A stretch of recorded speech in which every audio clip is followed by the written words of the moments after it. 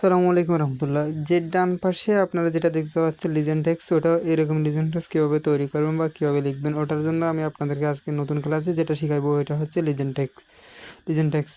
ওই লিজেন্ড টেক্সটটা করার জন্য আমি প্রথমে একটা ফাইল নিয়ে ওইটা আবার এইখানে যেটা নিয়ে নিলাম সেটা ওইখানে সরাসরি ওপেন করে দিলাম, যে ব্রাউজারে ওপেন করে দিলাম। এরপরে আপনাদের HTML যে স্ট্রাকচার আছে ওই স্ট্রাকচারটা লিখে নিলাম। লিখে নেওয়ার পর এখানে আমাদের মেন কাজ হচ্ছে বডিতে।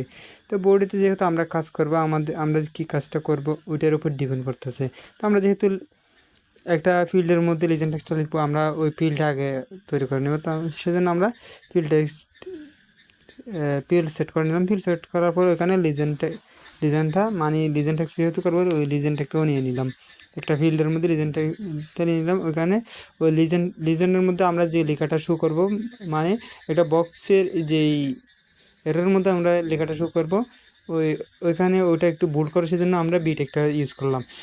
বোল্ড করার জন্য মূলত দেখেন আপনার সাথে সাথে দেখতে পাচ্ছেন যে ডান পাশে আমি এখানে বাংলাদেশ দেওয়ার পর ওখানে যেহেতু লোডিং করছে, লোডিং করার পরে বাংলাদেশে বোল্ড আকারে শো করছে। এরপর আমরা আমাদের এই সেকেন্ড কাজ হচ্ছে আমাদের যে ওই যেটা ফিল্ড ক্রিয়েট করলাম ওই ফিল্ডের মধ্যে আমাদের একটা হচ্ছে মানে টেক্সট লেখার জন্য আমি ফার্স্টে যে মানে লরেম টেক্সট দিয়ে দিলাম। ওই লরেম টেক্সটটা এমনিতে দিয়ে দিলাম, ওখানে পিটেক ইউজ করি নাই।